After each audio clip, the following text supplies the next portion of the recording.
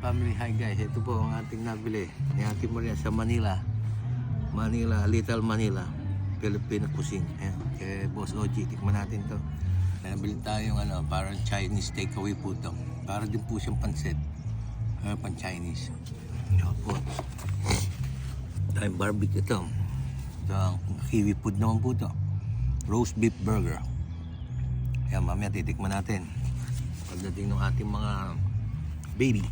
So guys, family, ano naman to, para dessert, donut food. Yan, tinikman lahat ng mga daughter natin.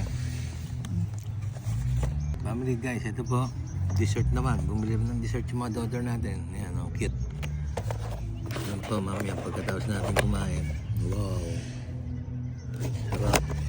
Ito parang gelatin niya. Tiramisu. Sarap. Alright guys, family.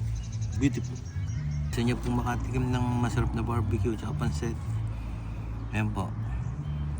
Dito punta kayo sa web. Meron silang pwesto rito at meron din sila sa mall. Apordua at Queen's Gate. Ating pansit. Harap. Bago yung tubo yung barbecue. Harap po. Guys, pamilya. Tingnan natin.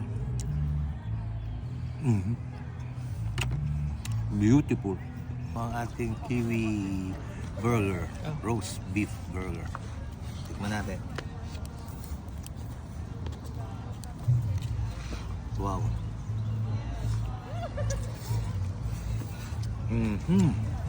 Sarap po. Lahang roast beef. Masarap po.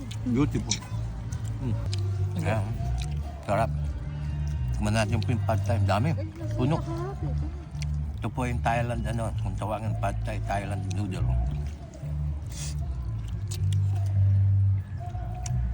Ulam pork night, pad thai, noodle. Beautiful. Libo, steak and libo. Love you, God bless. O 4.